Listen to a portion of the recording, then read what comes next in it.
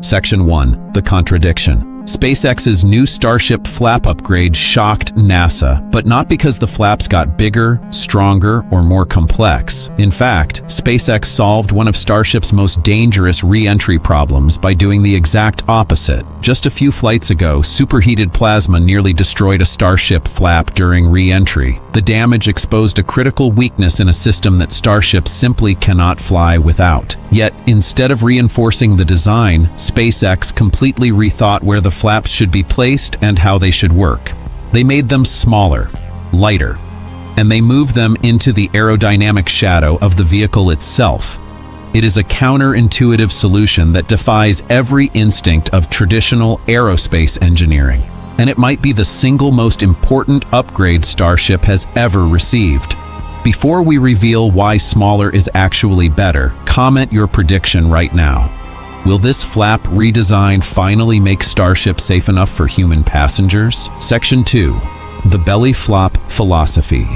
Using aerodynamics to manage a spacecraft's descent is not a new idea.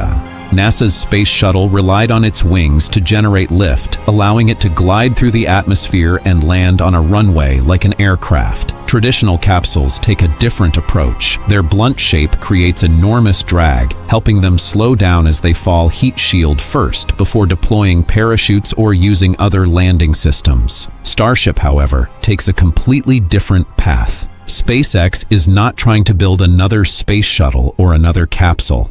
Elon Musk's goal is far more ambitious. A fully reusable rocket capable of carrying massive payloads and landing under its own power after every mission. Achieving that requires rethinking how a spacecraft returns to Earth. Adding large wings could provide glide capability, but wings come with a major drawback.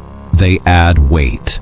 For a vehicle as enormous as Starship, that extra mass would reduce payload capacity and work against SpaceX's push for maximum efficiency. Instead, Starship turns its greatest challenge into an advantage. During descent, it falls belly first, presenting its broadside to the airflow. Rather than slicing through the atmosphere, it deliberately hits the air like a giant aerodynamic brake. This orientation dramatically increases drag, allowing the atmosphere itself to remove most of the vehicle's enormous orbital energy.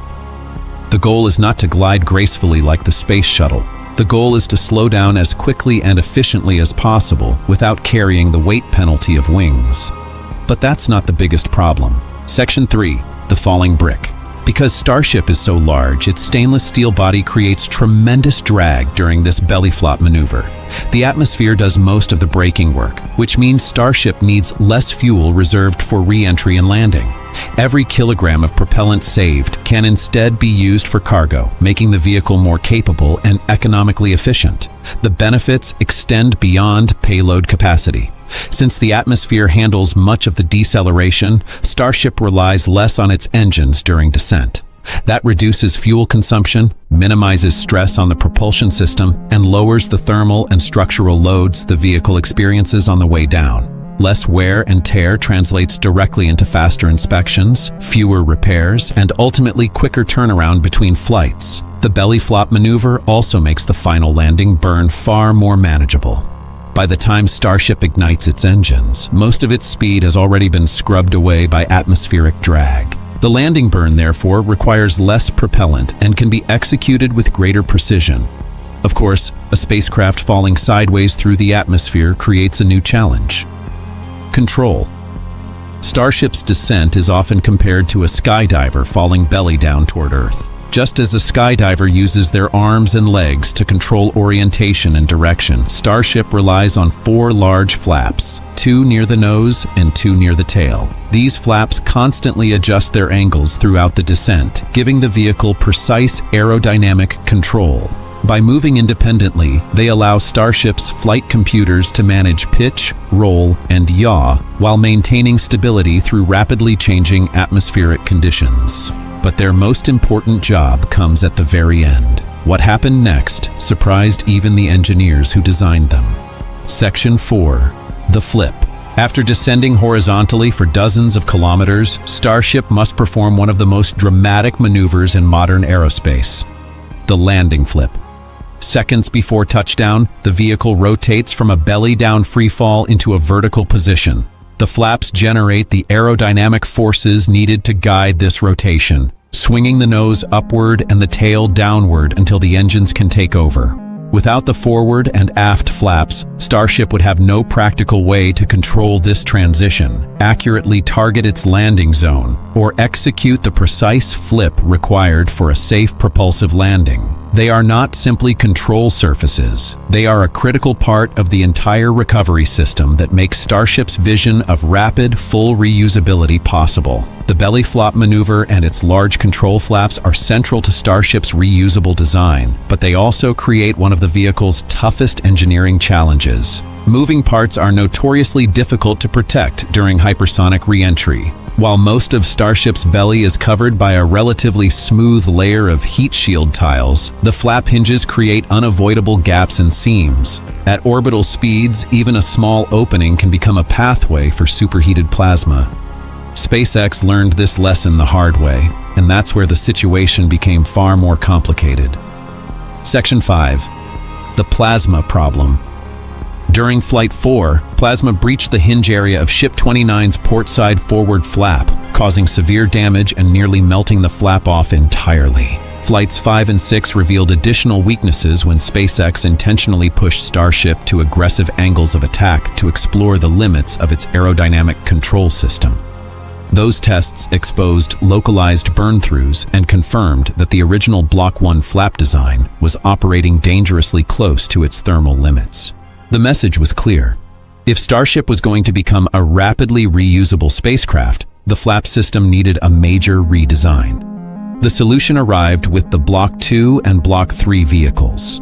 These are not cosmetic changes. They represent a major engineering overhaul aimed at solving one of the biggest weaknesses revealed during earlier test flights: the struggle to balance aerodynamic control with extreme thermal protection during re-entry. On the original Block 1 vehicles, the forward flaps were mounted roughly 180 degrees apart, placing them directly in the path of the superheated plasma flowing around the ship during hypersonic descent. The hinge mechanisms, in particular, became vulnerable hotspots. The real challenge was something nobody expected. Section 6. The counterintuitive solution. SpaceX's solution was to move the flaps toward the leeward side of the spacecraft, reducing the angle between them to roughly 120 to 140 degrees. By relocating the flaps into the aerodynamic shadow created by Starship's fuselage, the vehicle itself helps shield the flaps and their hinges from the most intense plasma flow. This change directly targets the kind of damage seen during Flight 4 when plasma penetrated a forward flap hinge and nearly caused the flap to fail. The flaps themselves were also redesigned. The original versions were larger, thicker, and more boxy. The new flaps have a thinner, swept-back profile that is both lighter and more aerodynamically efficient. Their geometry is also more uniform, with parallel surfaces replacing many of the tapered sections used previously. That may sound like a small detail, but it has major manufacturing advantages. The earlier design required many custom-shaped heat shield tiles. The updated flap design can use a much larger number of standardized tiles, making production, inspection, and refurbishment significantly faster. The benefits extend well beyond thermal protection. Smaller, lighter flaps experience less aerodynamic torque during re-entry, which means they require less force to move. That allows SpaceX to use lighter actuators, smaller electric motors, and less battery capacity. If the flaps were larger, the hinge mechanisms and support structures would need to be much heavier to survive the enormous forces encountered during hypersonic flight. There is a trade-off. Section 7. The thermal lightning rod. Larger flaps could generate more drag and potentially help Starship slow down higher in the atmosphere where temperatures are lower. However, larger surfaces also collect more hypersonic plasma and increase the total thermal load the vehicle must absorb. In practice, they can become what engineers sometimes describe as thermal lightning rods. By shrinking and optimizing the flaps, SpaceX reduces that thermal exposure while also cutting hundreds of kilograms of dry mass from the nose of the spacecraft. Those savings directly support SpaceX's long-term goal of delivering more than 100 tons of reusable payload with Starship.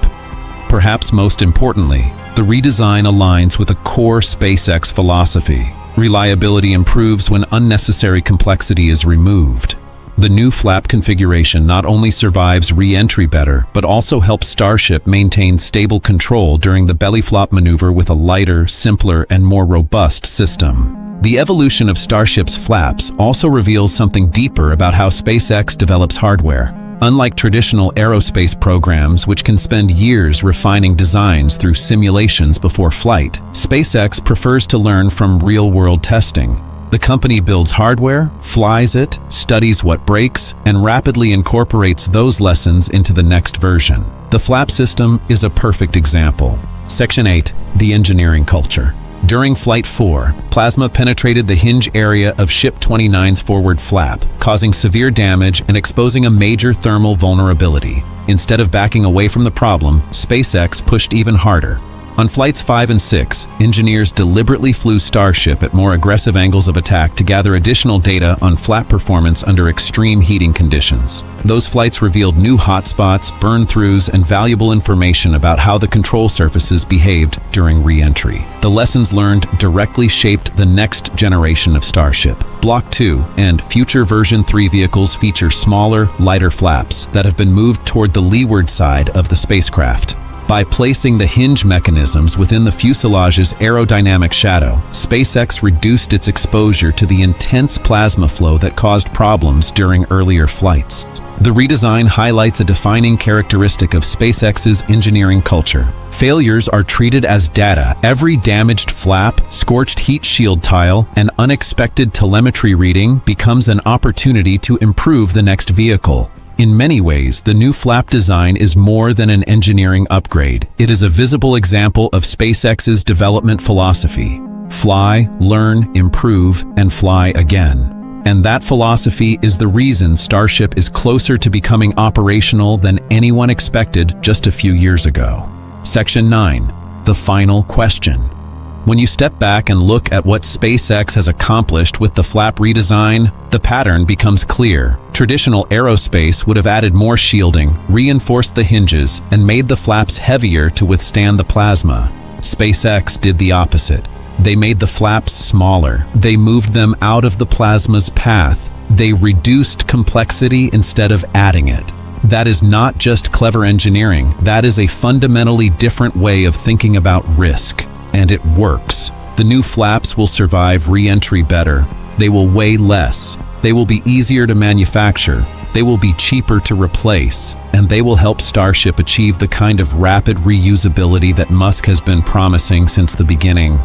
The question that keeps NASA engineers awake at night is not whether the new flaps will work. It is whether the old way of doing things can survive the new way. Because SpaceX is not just building better rockets. They are building a better way to build rockets, and the flap redesign is proof that sometimes the best solution is not the one that adds more strength. It is the one that subtracts the problem entirely. And that philosophy of making things smaller and lighter has opened up an even stranger possibility. Because if SpaceX can shrink Starship's flaps to survive re-entry better, what else can they shrink? The heat shield, the engines, the entire vehicle? Click the video on your screen right now to find out why the next version of Starship might be nothing like what you expect.